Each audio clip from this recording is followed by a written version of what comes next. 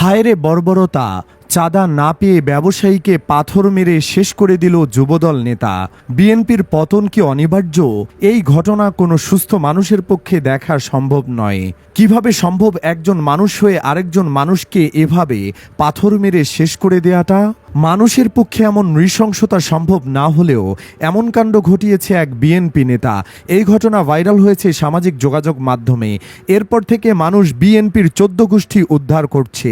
অবর্ণনীয় এই ঘটনাটি ঘটেছে রাজধানীর পুরান ঢাকায়, যে ঘটনা আমাদেরকে ফিরিয়ে নিয়ে যায় ৮,০০০ বছর আগের জাহিলিয়াতের যুগে।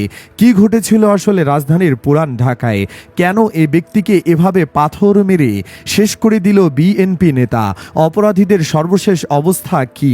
চলুন বিস্তারিত জেনে নেওয়া যাক। 2 মাস ধরে হুমকি দিয়েছে, এরপর আঘাত করতে করতে উলঙ্গ করেছে, মাথায় পাথর মেরে প্রাণ নিয়েছে, কিন্তু মরদেহ লুকায়নি, বরং হাত পা বেঁধে তা বাজারের মাঝখানে নিয়ে রেখেছে। তারপর স্লোগান দিতে দিতে সেই উলঙ্গ মরদেহের উপর উঠে নৃত্য করেছে। এ যেন ইরশাদ শিকদারকেও হার মানিয়ে দেয়। এমনটা করার কারণ যাতে সবাই বোঝে চাঁদা না দেওয়ার পরিণাম কি হতে পারে। আর এখন সেই ভিডিও বা প্রতিবাদ করা পোস্টে এসে হাহা দিতেছে। না, দলটার নাম আওয়ামী লীগ না, এই দলটার নামই বিএনপি। যাদের হাতে আমাদের ভবিষ্যৎ, যাদের হাতে আমাদের বাংলাদেশ। এখন প্রতিবাদের বাইরে আমার আর আপনার দায়িত্ব কি? চাঁদার টাকা রেডি করেন, না হলে নিজের মরদেহের উপর নৃত্য করা পর্যন্ত ওয়েট করেন। আর হ্যাঁ, ওরা মন চাইলে ইজ্জত লুটবে, মন চাইলে প্রাণ নিবে। এগুলো করে সে মৃতদেহের উপর উঠে নাচবে, তাদের কিছুই বলা যাবে না। বললেই আপনি শিবির, আপনি খুব খারাপ, আপনি মিডিয়া ট্রায়াল করছেন। সে যাই হোক, এসব বাদ দিয়ে 31 দফাটা মুখস্থ করে ঘুমান। বাংলাদেশ জিন্দাবাদ। যুবদল নেতা যখন মৃতদেহের উপর পাথর মারল, সে তখনও জীবিত। বড় একটা পাথর সরাসরি পড়ল পেটে। সোহাগ নামের ওই ব্যবসায়ী ঘুরে গেল, চিত হয়ে আকাশের দিকে তাকাইল, আকাশের দিকে তাকায় হাত মেলে দিল, কাদায় শরীর মাখামাখি। সেই নেতা আবার পাথর তুলল, এবার সোজা বুক বরাবর আশ্রে মারল। ইয়েস, শহীদ জিয়া, আপনার তৈরি করে যাওয়া বিএনপি এখন এরা চালাচ্ছে। এইসব নেতাদের হাতে পাওয়ার তুলে দিয়েছে আপনার বিএনপি। পুরান ঢাকার নেতা, তার মানে তো ইশাকের সাঙ্গপাঙ্গই। ইশাক আসলে ভুল বলে নাই। ওরা চাইলেই সব নেতাদের নিয়ে সচিবালয় 5 মিনিটে খালি করে দিতে পারে। চাইলে ক্যাম্পাসে এসে আমাদের সাথেও একই কাজ করতে পারে, আমাদের বুকে পাথর মেরে শেষ করতে পারে সোহাগের মতো। আজকেই ছাত্রদলের এক অ্যাক্টিভিস্ট জারিফ আজিজ হুমকি দিছে ফেসবুকে, ক্যাম্পাসে ছাত্রদল ঢুকতে না দিলে নাকি বাইরে থেকে ভাড়া করে এনে গুন্ডাদের দিয়ে সবাইকে শায়েস্তা করবে। জুলাইতে চশমা পরা একটা বাচ্চা ছেলে আমাদের বলেছিল ভীত হতে, এমন স্তরে চলে না যেতে যেখানে গেলে আল্লাহ হেদায়েত বন্ধ করে দেয়। ন্যূনতম বিবেক থাকলেও কেউ আর এই দলটিকে সমর্থন করবে না।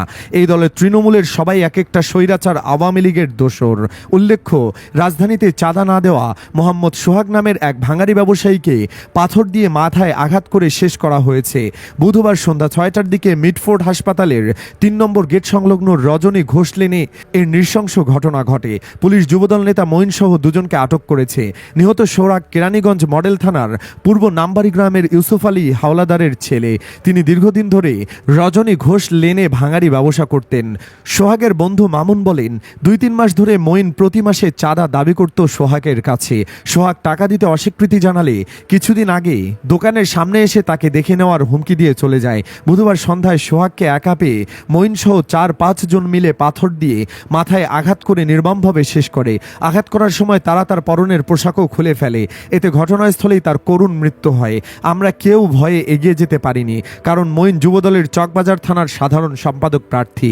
তার বিরুদ্ধে মিডফোর্ড হাসপাতালের ফুটপাত ও কেমিক্যাল ব্যবসায়ীদের কাছ থেকে চাঁদা তোলার অভিযোগও রয়েছে।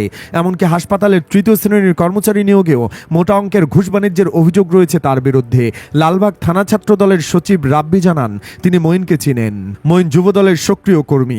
দীর্ঘদিন ধরে চকবাজার থানায় যুবদলের কোনো কমিটি নেই। বর্তমান রাজনৈতিক প্রেক্ষাপটে মঈন এ ধরনের কর্মকাণ্ড করতে পারে না বলেও মন্তব্য করেন তিনি। কোতোয়ালি থানার ভারপ্রাপ্ত কর্মকর্তা ওসি মোহাম্মদ মনিরুজ্জামান বলেন, ভাঙারি ব্যবসাকে কেন্দ্র করে 2 পক্ষের মধ্যে দীর্ঘদিন ধরে দ্বন্দ্ব চলছিল। সেই বিরোধ থেকেই এই ঘটনা সংঘটিত হয়েছে বলে প্রাথমিকভাবে আমরা জানতে পেরেছি। ঘটনার পর পুলিশ মঈন ও জনি নামে 2 জনকে আটক করেছে। বিষয়টি তদন্ত করে ব্যবস্থা নেওয়া হবে। দর্শক, আমার কিছু বলার ভাষা নেই। এই ঘটনা নিয়ে আপনার কি মতামত জানিয়ে দিন কমেন্ট বক্সে। ভিডিওটি ভালো লাগলে লাইক দিন এবং শেয়ার করুন, আর অবশ্যই চ্যানেলটিকে সাবস্ক্রাইব করুন। ধন্যবাদ।